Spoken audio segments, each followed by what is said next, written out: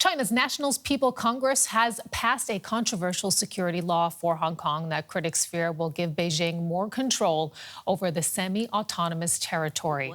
A standing committee of the Congress unanimously approved the bill. Beijing says it aims to tackle sedition, subversion, terrorism, and collusion with foreign forces. It has drawn international criticism for being at odds with the one country, two systems policy agreed by China when it took control of the former British colony in 1997. And let's get more now from correspondent Matthias Bollinger, who is standing by for us in Beijing. Matthias, what is in the bill? That is a very good question. You have said that Beijing was said to have passed the bill, and the bill is expected to, and that is because we have not seen the text of the bill yet. We have not seen the draft of the bill before it was passed, and now that it seemingly has been passed, we have not seen the text. From what Chinese state media have reported, and those few people in Hong Kong who had seen the draft, this bill is quite draconian. It enlists 4 types of crimes. It is not clear how narrowly these will be defined. It seems that life imprisonment is the maximum penalty for any of these infringers, and it gives Beijing power to handle these cases themselves, which means that it would circumvent the one country, two systems legal threshold, the legal firewall, as many have called it previously in Hong Kong, that prohibits Beijing's interference into Hong Kong's legal affairs and that guaranteed these freedoms. So This law is widely expected to end these freedoms. Its passage was also highly anticipated. So as one might imagine, we've already had reaction now from the pro-democracy movement. Joshua Wong, for example, one of the leaders of that movement in Hong Kong, responding to the new law on Twitter, writing the following: "From now on, Hong Kong enters a new era of reign of terror, just like Taiwan's white terror period in history, with arbitrary prosecutions, black jails, secret trials, forced confessions, media clampdown, and political censorship." Matthias, what does this law mean for Hong Kong's pro-democracy movement? Yeah, the concerns that Joshua Wong is voicing here are widely shared in the pro-democracy camp.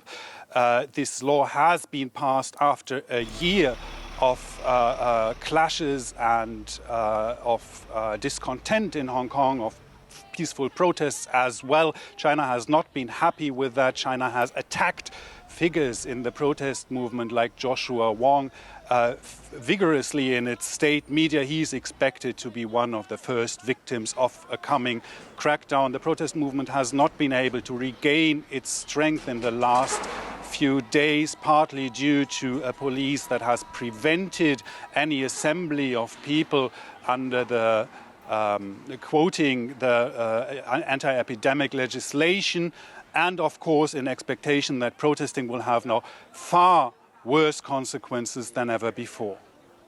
How is the international community likely to react? The international community, the Western countries, the G7 countries, have made it clear that they see this law as an infringement of the promises that Beijing gave in an international contract with Britain, that it will protect Hong Kong's freedoms and a wide range of autonomy. The US have passed a law that will allow the US government to withdraw Hong Kong's special status as a trade partner. It has also issued visa restrictions on Chinese officials. The EU has so far voiced its concern, but not more. The EU is currently in negotiations with the Chinese government about an investment agreement, and it is clearly giving the impression that this agreement is far more important to the EU than the fate of Hong Kong. Matthias Bollinger with The View from Beijing. Thank you.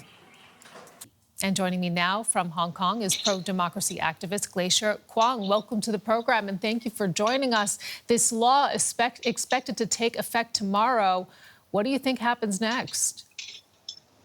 Actually, because no one have actually seen the content of the law, even though it's passed now. So nobody knows for sure what is going to happen if activists, like famous activists like Joshua Wong, Martin Lee will get arrested very soon. So nobody knows for sure what's going to happen. But it surely marks the end of the one country, two system. And it's a devastating blow to the judicial independence of Hong Kong. And the fear that the law generates is the most scary part, because people are now very afraid to speak up. They're not sure if they should come out to the street tomorrow for the 1st of July march. And the freedom of speech, freedom of assembly, it's going to disappear. And we are afraid that that Hong Kongers will practice self-censorship, so that no freedom of speech, or they will be very afraid to speak up. So this is a really devastating blow to our liberty.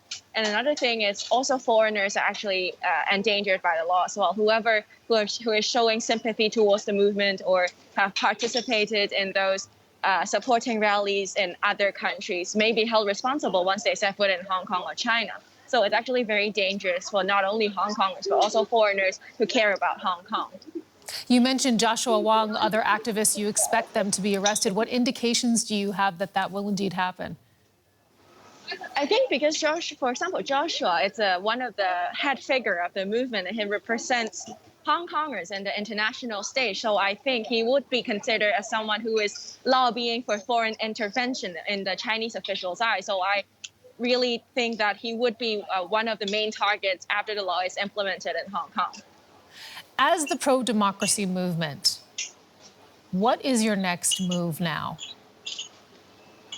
The next move would definitely not be leaving Hong Kong or complying to the regime at this point. But we don't actually have a really solid or concrete plan, but we will continue to do what we're doing. For example, the election in September is coming up. We will try our best to win the majority in the parliament and try to ban all government budgets and bill if we can gain majority in the parliament.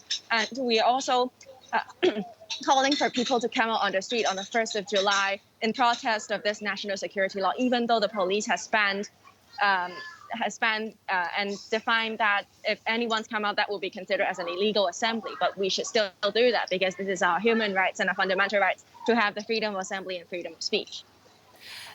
Freedom of assembly, freedom of speech. These protests on the streets that we have seen in the past months, in the past years, this is certainly nothing new.